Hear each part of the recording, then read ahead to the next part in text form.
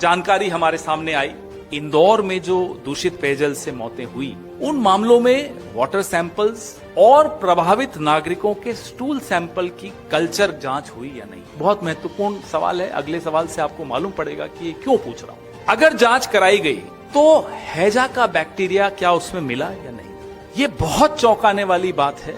सरकार क्या छिपा रही है, ये जनता को जानने का हक है। मध्य प्रदेश की ही नहीं, पूरे देश की जनता को जानने का हक है। हैजा का बैक्टीरिया मिला या नहीं, ये हम सरकार से मांग कर रहे हैं। इसका जवाब दें, लिखित में दें, आप सबके सामने दें, बिना गाली दिए। वाइब्रो कॉलेरा की अगर पुष्टि हुई, ये हैजा का बैक्टीरिया होता है, अगर पुष्टि हुई तो क्या इन मामलों को IDSP integrated disease surveillance programme के अंतर्गत विधिवत नोटिफाई किया गया है या नहीं?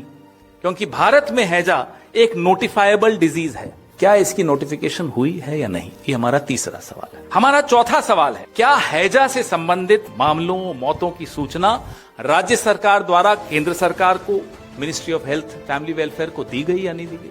कॉरेस्पॉन्डेंस सामने लाइए। आप दोनों के बीच में, राज्य सरकार और केंद्र सरकार के बीच में क्या कॉरेस्पॉन्डेंस हुई है, वो सार्वजनिक कीजिए। बहुत कुछ छिपाया जा रहा है साथियों। क्या इस हैजा की गंभीरता को देखते हुए इंटरनेशनल हेल्थ रेगुलेशंस 2005 के अंतर्गत WHO को नेशनल IHR फोकल पॉइंट के माध्यम से सूचित किया गया या नहीं?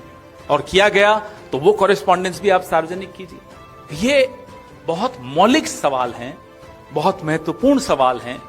They affect the lives of millions of Indians, not just people from Madhya Pradesh, not just innocent children of Madhya Pradesh or Gandhinagar or Greater Noida, as you can see in this video.